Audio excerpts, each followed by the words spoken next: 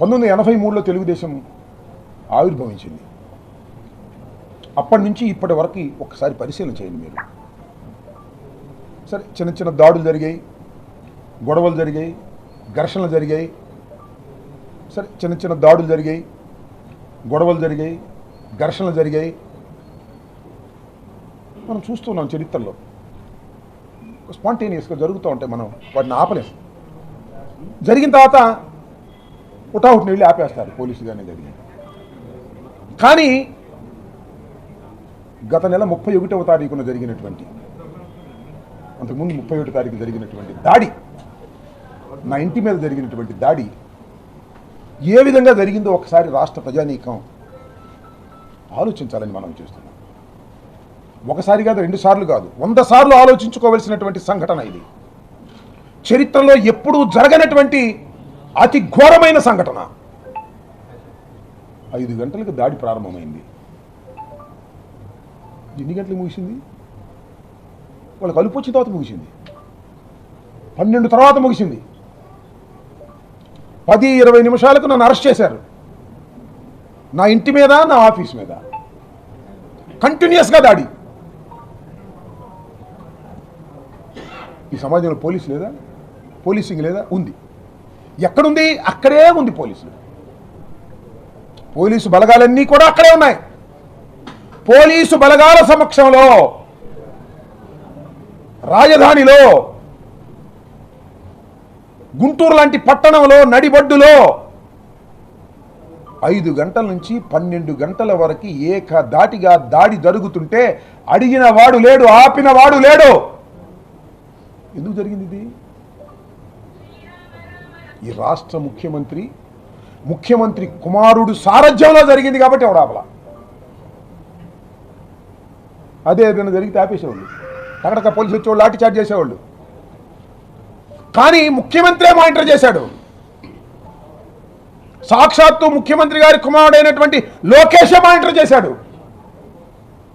ఇది సమాజానికి మంచిదా అని అడుగుతా ఉన్నా నేను.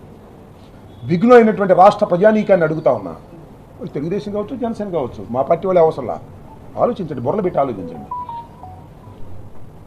ఏంటండి ఆ జరిగినంత సేపు all videos, all TVs live ఇస్తున్నాయి. ఒక టీవీ అని చెప్పను, సాక్షే కాదు, అన్ని టీవీలు లైవ్ కెమెరాస్ వస్తున్నాయి. అది ఒక పక్కన నా ఇల్లు, ఒక పక్కన నా ఆఫీసు, మధ్యలో జనము, పెట్రోల్ బాంబులు, లాఠీలు, రాడ్డులు, కొట్టటాలు, నిప్పు పెట్టటాలు. చూసేవాళ్ళకి ఏమనిపించింది? అసలు ఈ అంబటి రాంబాబుని చంపేస్తారా, వదిలేస్తారా?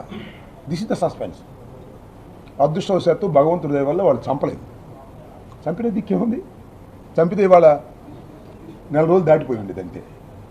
ఇంత ఘోరమైన, అన్యాయమైన, అక్రమమైనటువంటి దాడిని ప్రజలు సహిస్తారా? సరే, దాడి అయిపోయింది. ఏం కేసు పెట్టారు? ఏం కేసు రిజిస్టర్ చేశారు? పోలీస్ యంత్రాంగం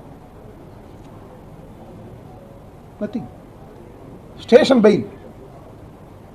నేను చంద్రబాబు నాయుడు గారిని బూతులు తిట్టానని మళ్ళా క్షమాపణ చెప్పిన తర్వాత దాడి చేసి 18 రోజులు జైలుకి పంపించారు. దాడి చేసి, సర్వనాశనం చేసి, కార్లు పగలగొట్టి చంపడానికి ప్రయత్నం చేసిన వాళ్ళకి పక్కన బెయిల్ ఇచ్చారు. ఏంటిది? చట్టాలు పనిచేస్తున్నాయా, పనిచేయట్లేదా? అంటే నా మీద మాత్రమే చట్టం పనిచేస్తుందా? నా మీద దాడి చేసిన వాళ్ళ మీద చట్టం పనిచేయదా? ఏం చంద్రబాబు నాయుడు గారిది? ఇదేనా నీ గవర్నెన్స్? ఇదేనా నీ పరిపాలన? దీనికి సమాధానం చెప్పుకోవాల్సిన బాధ్యత లేదా నీకు భవిష్యత్తులో? ఇవాళ లేదనుకుంటున్నాము, ఖచ్చితంగా ఒకరోజు వస్తాను సమాధానం చెప్పుకోవాల్సిన పరిస్థితి. నేను మరోసారి చెప్తున్నా మీ అందరి సమక్షంలో, మీడియా ద్వారా, నేను తిట్టని మాటలు తిట్టినట్టు రాశారండి. కమ్మ కులాన్ని మొత్తాన్ని తిట్టాను రాశారు. చంద్రబాబు నాయుడు కులం పెట్టి తిట్టాను రాశారు. ఏమని చేయండి ఇది? నా ఇంటి మీదకి వచ్చి నా కులం పేరు పెట్టి తిట్టారు మహిళల్ని. ఇది ఎక్కడికి పోతుంది రాష్ట్రం? మీరు కులాలను రెచ్చగొడుతుంది మీరా మేమా? కులాలను రెచ్చగొట్టి ఏమి సాధిద్దామని అనుకుంటున్నారు మీరు? చంద్రబాబు నాయుడు గారు, మీ పతనం ప్రారంభమైంది, గుర్తుపెట్టుకోండి. శాశ్వతంగా మీరే అధికారంలో ఉంటాను అనేటువంటి భ్రమ నుంచి బయటకు రండి. ఈ చివరి నుంచి ఆ చివరి వరకు చర్చ జరుగుతూ ఉంది వాళ్ళ రాష్ట్రంలో. ఇంత అన్యాయం జరుగుతూ ఉంది, అక్రమం జరుగుతూ ఉంది అనే విషయం మీద ఇప్పటికైనా పునరాలోచించుకోమని మనం చేస్తున్నాం. ఇప్పటికీ నేను డిమాండ్ చేస్తున్నా, నా మీద దాడి చేసిన వాడు, నా ఇల్లు పగలగొట్టిన వాడు, నా ఆఫీస్ పగలగొట్టిన వాళ్ళు, నా కార్లు పగలగొట్టిన వాళ్ళు, నా ఆస్తులు ధ్వంసం చేసిన వాళ్ళ మీద కేసు పెట్టకపోయావా, యాక్షన్ తీసుకోకపోయావా, అనుభవిస్తావు చంద్రబాబు, లోకేష్, గుర్తుపెట్టుకోమని మనం చేస్తున్నాం. ఇంటెన్షనల్గా కేసులు లేకుండా చేస్తున్నారు మీరు ఈ రాష్ట్రంలో, అనుభవిస్తారు మీరు, గుర్తుపెట్టుకోండి. నా నినాదం ఇదే. నా మీద ఎవరైతే దాడులు చేశారో, ఎవరైతే అన్యాయం చేశారో వారి మీద కేసు పెట్టకోకుండా మీరు ఇలాగే ఉంటే దీనికి మూల్యం చెల్లించక తప్పదని మనం చేస్తున్నాం. ఇవాళ కాబట్టి రేపు కాబట్టి ఎక్కడికి పోరు మీరు ఏదో భయపెట్టాలనుకుంటున్నారేమో మమ్మల్ని. మీరు భయపెడితే భయపడటానికి సిద్ధంగా లేమో, మొండికి వేసి కూర్చున్నామని కూడా మనం చేస్తున్నాం. మీ ఎర్ర బుక్కులు, పిచ్చి బుక్కులు మమ్మల్ని ఏమీ చేయలేవని కూడా మనం చేస్తున్నాం. ఇంతకని ఏం చేస్తారు మీరు? జైల్లో పెట్టారు, పోలీసుల చేత కొట్టించడానికి ప్రయత్నం చేశారు, ఒక కేసులో బెయిలిస్తూ ఇంకో కేసులో పెట్టారు. ఇంతకన్నా ఏం చేస్తారు మీరు? ఇంతకన్నా చేసింది ఒకటే, మీరు చంపేయాలి, అంతేగా. దానికి కూడా సిద్ధపడి ఉన్నాం అనేది కూడా ఈ సందర్భంగా నేను చెప్పదలుచుకున్నా. కాబట్టి నారా చంద్రబాబు నాయుడు గారు, లోకేష్ గారి పరిపాలనలో చాలా దురదృష్టకరమైనటువంటి సంఘటనలు సంవత్సరంలో 2 సంవత్సరాల లోపే జరుగుతూ ఉన్నాయి. దీనికి ఖచ్చితంగా మూల్యం చెల్లించాలి ఈ ప్రభుత్వం అని ఈ సందర్భంగా మనవి చేస్తూ, మరొకసారి ఉత్తరాంధ్ర నుంచి నాకు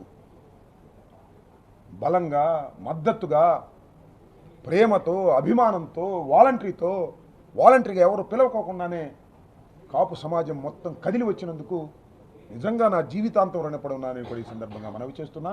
ఎందుకంటే కష్టం వచ్చినప్పుడు తెలుస్తుంది మిత్రులు ఎవరో, శత్రువులు ఎవరో. కష్టకాలంలోనే పలకరిస్తారు.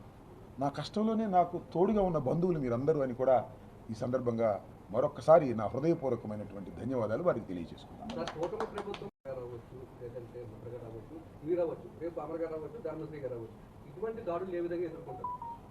సార్, దానికి మీరు గుర్తుపెట్టుకోండి, వంగవీటి మోహన్ రంగారావు గారు తెలుగుదేశం ప్రభుత్వం అధికారంలో ఉన్నప్పుడు ఆయన్ని నిరాహార దీక్ష చేస్తున్నప్పుడు దారుణంగా హత్య చేశారు. ఎవరు హత్య చేశారు? తెలుగుదేశం గూండాలు హత్య చేశారు. ఓకే, ఎవరు సహాయంతో చేశారు? పోలీస్. చాలామంది కుర్రోళ్ళకి తెలియకపోవచ్చు, అమర్ లాంటి కుర్రోళ్ళు ఇంకా అవగాహన లేకపోవచ్చు. వాళ్ళ నాన్నగారు మాతో పాటు శాసనసభ్యులుగా చేశారు, మంత్రిగా కూడా చేశారు. మేము ఎమ్మెల్యేగా ఉన్నప్పుడు గురునాథరావు గారు నాకు చాలా మిత్రులు, వారికి తెలుసు. మేమందరం కళ్ళారా చూసాం, కళ్ళారా అంటే విన్నాం. పోలీసులు వచ్చారు, మొత్తం అన్ని చెక్ చేశారు. ఏది? వంగవీటి మోహన్ రంగారావు గారి కుటీరం అంతా చెక్ చేశారు. ఎందుకు చెక్ చేశారో తెలుసా? దుండగులు వచ్చి దాడి చేయబోతున్నారని పోలీసులకు తెలుసు. వీరి ప్రోద్బలంతోనే వచ్చారు. వాళ్ళు వచ్చినప్పుడు వీళ్ళ దగ్గర ఏమైనా ఆయుధాలుండి అటాక్ చేస్తారా అని వీళ్ళు నిర్వీర్యం చేయడం కోసం చెక్ చేసి కూర్చున్నారు. అంటే with the help of the police Vangaveeti Mohan Rangarao గారిని చంపేశారు. మొన్న జరిగిందేంటి? చంపలా నన్ను. ఇంకా with the help of the police దాడి చేశారు. With the help of the police 7 hours. చంపేస్తే 6 గంటలు వెళ్ళిపోయేవాళ్ళు. చంపలేదు కాబట్టి 7 గంటలు ఉన్నారు. ఇప్పుడైనా చూసారా 7 గంటల దాడి? మీరు ఎక్కడైనా 7 గంటల దాడి ఎప్పుడైనా ఈ సమాజంలో, నాగరిక సమాజంలో ఎప్పుడో దాడి చూసారా? ఏదైనా కోపం వస్తే, ఎవరినైనా నాయకుడు అంటే నిజంగానే కోపం వస్తుంది, నేను కాదన్నా. టక్కన వచ్చేస్తారు, రాళ్ళు వేసేస్తారు, కొడతారు, పారిపోతారు పోలీసులు రాగానే. 7 గంటల సేపు చేశారు. ఒకటి వంగవీటి మోహన్ రంగ, మీరు ఇంకోటి మాట అన్నారు, ముద్రగడ పద్మనాభం. నేను మనవి చేస్తున్నా, ముద్రగడ పద్మనాభం గారు ఎందుకు ఉద్యమ బాట పట్టాడు? ఎందుకు పళ్ళాలు కొట్టాడు? కారణం ఏమిటి? ఎవరు దీనికి కారణం? ఈ రాక్షసుడైన నారా చంద్రబాబు నాయుడు కాదా అని అడుగుతా ఉన్నా. ఎవరు అడిగారు? కాపుల్ని బీసీలో చేర్చమని డిమాండ్ చేశారా? ఉద్యమం చేశారా? చంద్రబాబు నాయుడు గారు ఇచ్చాడు వాగ్దానం 2014లో. వితిన్ 6 months, 6 నెలల్లో కాపుల్ని బీసీలో చేర్చే బాధ్యత నాది. ప్రత్యేకమైన కమిషన్ వేస్తాను, రిపోర్ట్ తెప్పించుకుంటాను. వితిన్ 6 monthsలో కాపులు బీసీలో చేర్చే బాధ్యత నాది అని ఎన్నికల్లో చెప్పి ఓట్లు వేయించుకొని అధికారంలోకి వచ్చి 6 నెలలు లేదు, సంవత్సరం లేదు చేయకపోతే ముద్రగడ పద్మనాభం గారు ఉద్యమం ప్రారంభించారు. తప్ప ప్రజాస్వామ్యం తప్ప చెప్పండి నాకు. ఎవరినైనా అడుగుతా ఉన్నా, కడమ కాపులనే కాదు కడమ కులాలందరినీ అడుగుతా ఉన్నా. చంద్రబాబు నాయుడు గారు ఇచ్చినటువంటి హామీని నెరవేర్చకపోతే ఉద్యమం చేయటం తప్ప, పళ్ళాలు కొట్టడం తప్ప, ముద్రగడ పద్మనాభం గారు నిరాహార దీక్ష చేయటం తప్ప. నిరాహార దీక్ష చేస్తే ఇల్లు పగలగొట్టి భార్యను తిట్టి కొట్టి రాజమండ్రి సెంట్రల్ జైలు ఎదురుగా ఉన్నటువంటి ఆసుపత్రిలో బంధించి ఎన్ని చిత్రహింసలు పెట్టారండి. చంపడానికి ప్రయత్నం చేయడానికి ఆల్మోస్ట్ ఆల్ చేశారు కదా. అప్పుడు కదా మేము మీకు గుర్తుందో లేదో నేను ఇంతకుముందు కూడా చెప్పా. దాసరి నారాయణరావు గారు, చిరంజీవి గారు, బొత్స సత్యనారాయణ గారు, కన్నబాబు గారు, సి రామచంద్రయ్య గారు, ఇప్పుడు తెలుగుదేశంలో ఉన్నాడు, సి రామచంద్రయ్య గారు, కోట చంద్రశేఖర్ గారు, పల్లవరాజు గారు, మేమందరం కలిసి హయ్యత్తులో సమావేశమయ్యి ముద్రగడ పద్మనాభానికి ఏమైనా జరిగితే సహించం కాపులం అని గర్జించిన రోజున భయపడ్డాడు. వంగవీటి మోహన్ రంగారావు గారిని కోల్పోయాం కానీ ముద్రగడ పద్మనాభాన్ని కోల్పోవడానికి మేము సిద్ధంగా లేము అని దాసరి నారాయణరావు గారు, స్వర్గీయ దాసరి నారాయణరావు గారు చనిపోయి ఎక్కడున్నాడో గర్జించాడు. తర్వాత చిరంజీవి గారు కూడా గర్జించాడు. ఆ తర్వాత వెనక్కి వచ్చాడు. ఈ 3 సంఘటనలు, ఒకటి వంగవీటి మోహన్ రంగా, 2 ముద్రగడ, నువ్వు ఉన్నావా, మన ధర్మశ్రీ కూడా ఉన్నా అంట. తర్వాత మరి నిన్న జరిగిన సంఘటన ఎంత కాపుల మీద జరిగే దాడి కాదా? అది నా మీదకి వచ్చిన వాళ్ళు ఎవరు? ముద్దాయిలు చూడండి, అందరూ ఒకే కమ్యూనిటీ. కాపులు కూడా వచ్చారు, ధర్నా చేద్దామంటే వచ్చారంట. దాడి జరుగుతుంది, ఏంటమ్మా దాడి ఇది అని అంటే మీరు పోండి అన్నారు. నాకు కడవ వాళ్ళు తెలుగుదేశంలో ఉన్న కాపులే చెప్పారు, ధర్నా చేద్దాం రాంబాబు గారి ఇంటి ముందని రమ్మన్నారు, మేము వచ్చాము, దాడి చేసి కొడుతుంటే ఏమిటి అన్యాయం అంటే మీరు బాగుండి అని చెప్పి మమ్మల్ని నెట్టేశారు. ఇంత కుట్రపూరితంగా చేయటం అటు ముద్రగడ పద్మనాభం గారి ఇష్యూలో కానీ, వంగవీటి మోహన్ రంగారావు గారి ఇష్యూలో కానీ, నా ఇష్యూలో కానీ ఏమిటి అన్యాయం? ప్రజాస్వామ్యంలో ఉన్నావా లేక ఆటవిక సమాజంలో ఉన్నావా? చంద్రబాబు నాయుడు గారి ఒక దుర్మార్గమైన పరిపాలనలో ఉన్నావా? ప్రజలు చర్చించాలని మనం చేస్తున్నాం. ప్రతి చోట చర్చ, మేధావులందరినీ అడుగుతా ఉన్నా నేను ఇవాళ. నేనేమి హత్యలు ప్రోత్సహించిన వాడిగా నా చరిత్ర చూసుకోమని అడుగుతా ఉన్నా. మేధావులందరినీ అడుగుతా ఉన్నా. ఈ రాష్ట్రంలో దిగ్గులైనటువంటి ప్రజలను అడుగుతా ఉన్నా. నేను విమర్శాత్మకంగా మాట్లాడే కంఠమే తప్ప నేను ఎప్పుడైనా ఎక్కడైనా హత్యల్ని ప్రోత్సహించానా, అన్యాయాన్ని ప్రోత్సహించానా చెప్పండి? హింసను ప్రోత్సహించానా చెప్పండి? అంటే మాట్లాడే గొంతు కూడా మాట్లాడకూడదా ఈ రాష్ట్రంలో? పాపం లోకేష్ కోపం వచ్చి ఉంటుంది, నీ రెడ్ బుక్ నా కుక్క కూడా లెక్క చేయదంటే ఆయన కోపం వచ్చి ఉంటుంది. ఇప్పటికీ చెప్తా ఆ మాట, లోకేష్ రెడ్ బుక్ని మా కుక్కలు కూడా లెక్క చేయవని. అదే స్టాండ్ నాది ఇప్పటికీ కూడా. నా స్టాండే కాదు, ఈ రాష్ట్రంలో ప్రతి ఒక్క కార్యకర్త స్టాండు కూడా లోకేష్ రెడ్ బుక్ని కుక్కలు కూడా లెక్క చేయవు. అవసరమైతే జైలుకి వెళ్తాం, జైలు నింపుతాం. ఈ రాష్ట్రంలో చంద్రబాబు నాయుడు గారి దుష్ట పరిపాలనకు వ్యతిరేకంగా కాసుకోమని కూడా ఈ సందర్భంగా నేను చెప్పదలుచుకున్నాను. వెనకడుగు వేసే ప్రశ్నే లేదు. ప్రజాస్వామ్య పద్ధతుల్లో ఎన్ని పోరాటాలకైనా సిద్ధంగా ఉంటాం. కానీ హింసలకు తావులేనటువంటి ఒక సమాజం కావాలని కోరుకుంటున్నటువంటి ప్రజానీకానికి మీరు ఇస్తున్నది ఇదేనా అని అడుగుతా ఉన్నా. లోకేష్ గారు ఆలోచించుకోమని మనం చేస్తున్నా. నాకు ఒక ఆశ్చర్యం, చంద్రబాబుకి ఇలాంటి బుద్ధులు ఎప్పుడు లేవు.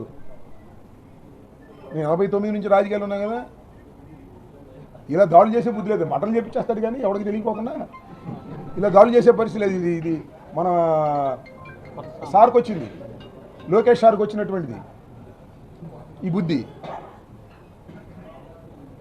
వినాశకాలే, విపరీత బుద్ధే వినాశకాలే. పోతారు కొట్టుకుపోతారు. ప్రజాస్వామ్యం వేవులో కొట్టుకుపోతారు. బాబు కొడుకులు ఇద్దరు రాసుకోండి. ఎవరో కాపాడలేరు, ఆయన కూడా కాపాడలేడు. ఎవరు? ఆయన కూడా కాపాడలేడు. ఆయన కూడా మీరు లాక్కుపోతారు. ఆ పవన్ కళ్యాణ్ కూడా లాక్కుపోతారు మీరు ఓటమి వైపుకి. ఎవరు కాపాడలేరు అనుకుంటున్నాడు చంద్రబాబు. లోకేష్ ఏమనుకుంటున్నారంటే, మాకు పవన్ కళ్యాణ్ ఉన్నాడు కాపుల్లో, కాపులు మేము ఏం చేసినా ఈయన వల్ల మాకు వచ్చేసి అనుకుంటారు. ఉండదట, అట ఉండదట. 2014లో పవన్ కళ్యాణ్ ఉండటం వల్ల నువ్వు అధికారంలోకి వచ్చాను, మళ్ళా మొన్న పవన్ కళ్యాణ్ ఉండటం వల్ల నేను అధికారంలోకి వచ్చాను, మళ్ళా నేను పవన్ కళ్యాణ్ని అలాగే పట్టు కూర్చుంటాను, నేను అధికారంలోకి వస్తాను అనుకుంటే భ్రమ. ఆ భ్రమల నుంచి మీరు బయటికి రాలేరు, ఈ దుర్మార్గాలు ప్రజలు క్షమించరు అనేది మాత్రం చాలా స్పష్టంగా చెప్పదలుచుకున్నాను. ఓకే, నా ల్యాండ్కు విధి లేని సార్ ఎతుకుతున్నారబ్బా. ఎందుకంటే అంబటి రాంబాబు జైల్లో పెట్టాం, కేసులు పెట్టాం, 18 రోజులు జైల్లో ఉన్నాడు, బెయిల్ తెచ్చుకున్నారు. లీగల్ టీం జగన్మోహన్ రెడ్డి గారి ఆదేశం మేరకు మా లీగల్ టీం అద్భుతంగా పనిచేసింది. 18 రోజులకే బయటకు వచ్చాను. నేనే అనుకోలేదు. నేను వెళ్ళేటప్పుడు అనుకున్నా నెల మినిమం 3 నెలలు మ్యాక్సిమం అని. 18 రోజులకు వచ్చేసా. వాళ్ళకి మింగుడు వచ్చినా కూడా వీడు పొగర తగ్గట్లేదు. వీడు మళ్ళీ అదే టోన్తో మాట్లాడుతున్నాడు. అంటే లంగి మాట్లాడాలన్నమాట, భయపడిపోవాలన్నమాట, ఉనికిపోవాలన్నమాట. లోకేష్ గారి దెబ్బకి, రెడ్ బుక్ దెబ్బకి వీడు వనకట్టలేదు. ఏం చేయాలి? ఇన్ని ఎదుగుతున్నారు. లిక్కర్లో పెడదామా, లేకపోతే తన భూములు ఉన్నాయి, ఆ భూముల్లో ఏమన్నా దొరుకుద్దా? ఎదుగుతూ ఉన్నారు భూతార్థం పెట్టి, ఆఫీసులందరినీ పెట్టి ఎదుగుతూ ఉన్నారు. ఏం చేస్తారు మీరు? మళ్ళీ లోపల వేసుకుంటారు. అంతేగా.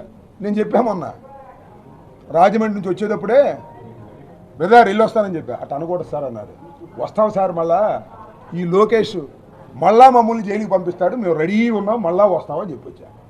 ఏం భయపడే ప్రశ్నే లేదు. జైలుకి వెళ్ళడానికి భయపడితే రాజకీయాలు చేయలేమని నిర్ణయానికి వచ్చాను. ఎన్నిసార్లైనా లోకేష్ పంపిస్తే జైలుకి వెళ్తాను, అక్కడే ఉంటాను, ఏ మాత్రం తగ్గను. ఇది నా కార్యకర్తలకు స్ఫూర్తినిచ్చే విధంగా నేను పనిచేస్తాను. నాకు మద్దతు ఇచ్చినటువంటి ఉత్తరాంధ్ర ప్రజానీకానికి కూడా ఇన్స్పైర్ అయ్యే విధంగా నా ప్రవర్తన ఉంటుందని కూడా ఈ సందర్భంగా నేను